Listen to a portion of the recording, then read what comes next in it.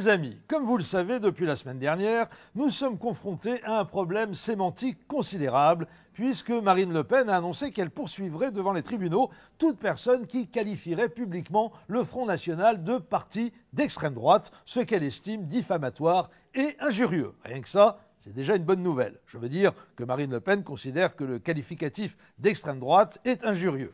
Ce louable début de prise de conscience mérite assurément qu'on l'encourage en évitant autant que possible de heurter la sensibilité naissante de Marine au caractère infamant que recouvre un tel positionnement sur l'échiquier politique. Moyennant quoi, dorénavant, je m'interdirai en toutes circonstances, et je vous encourage à faire de même, d'affliger le Front National de cette dégradante étiquette. Tu es bien gentil, mon cher Didier, vous entends-je m'interpeller affectueusement derrière votre écran d'ordinateur, mais si on ne peut pas dire que c'est un parti d'extrême droite, comment va-t-on le qualifier ? À quels adjectifs aurons-nous droit pour ne pas risquer de faire de la peine à la délicieuse Marine ? Je vous répondrai que nous avons l'embarras du choix compte tenu de la grande diversité d'influences dont a bénéficié le Front National depuis sa création en 1972. Une création que l'on doit notamment aux dirigeants du mouvement Ordre Nouveau qui se réclamaient haut et fort du MSI italien regroupant les nostalgiques de Mussolini. D'ailleurs, le logo tricolore du FN est la copie conforme de celui du MSI avec du bleu à la place du vert.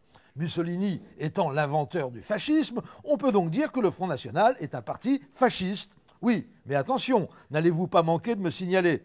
Parmi les fondateurs du FN, il y avait aussi d'anciens membres du parti franciste et de la division Charlemagne de Waffen-SS.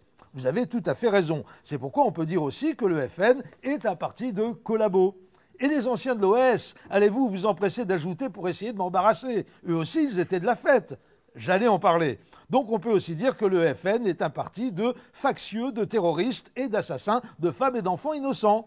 En revanche, même après avoir rappelé la mort en 1978 dans un attentat à la voiture piégée du numéro 2 du FN François Duprat, fortement suspecté d'avoir été l'informateur de la DST, il serait abusif de déclarer que le FN est un parti d'indique, on n'a pas la preuve. Même chose à propos du rôle exact du sous-lieutenant Le Pen dans la fameuse Villa des Roses à Alger. On n'est pas certain qu'il ait lui-même actionné la manivelle de la GEGEN, donc on s'abstiendra de qualifier le Front National de parti de tortionnaire. Par contre, on n'a aucun doute sur la manière dont s'y est pris Jean-Marie Le Pen pour devenir multimillionnaire, propriétaire d'un château à Saint-Cloud et roulant en Rolls, par la captation d'héritage de sympathisants séniles ou en état de faiblesse, principalement le malheureux héritier des ciments Lambert, au chevet duquel le très compatissant Jean-Marie envoya sa très blonde épouse de l'époque et future playmate du magazine Playboy pour qu'elle l'assiste de ses soins attentifs dans son agonie et surtout pendant la rédaction de son testament. Moyennant quoi, on peut dire sans risquer de se tromper que le FN est un parti de macro. Après avoir rappelé la mort d'un gamin comorien de 18 ans tué d'une balle dans le dos par un colleur d'affiches du front ou le meurtre d'un Marocain jeté dans la Seine par des skinheads sortant de la manif annuelle des lepénistes à la gloire de Jeanne d'Arc, je serais tenté d'en conclure que le FN est un parti d'assassins. Mais je l'ai déjà signalé à propos de l'OS, donc je ne vais pas le répéter, ça serait déplacé.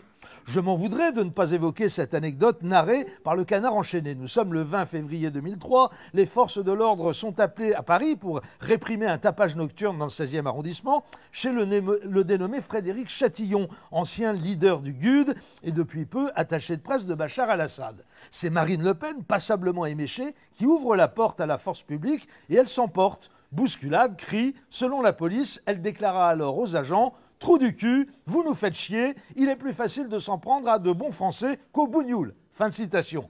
Une citation qui nous autorisera donc à désigner le FN comme un parti d'ivrogne, qui plus est raciste.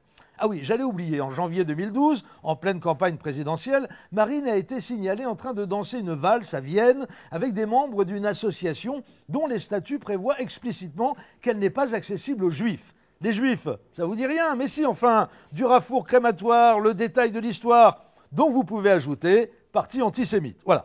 Je pense qu'on a bien fait le tour de ce casse-tête sémantique et démontré qu'on peut très bien s'abstenir de s'exposer à un procès de Marine Le Pen sans risquer pour autant de tomber en panne d'adjectifs dotés d'un réel pouvoir descriptif. Donc n'oubliez pas, le FN est un parti fasciste, de collabos, de terroristes, d'assassins, éventuellement aussi d'indiques et de tortionnaires, mais on n'a pas les preuves, de macros, de racketteurs de petits vieux, d'ivrognes racistes, d'antisémites, mais certainement pas d'extrême droite. À lundi.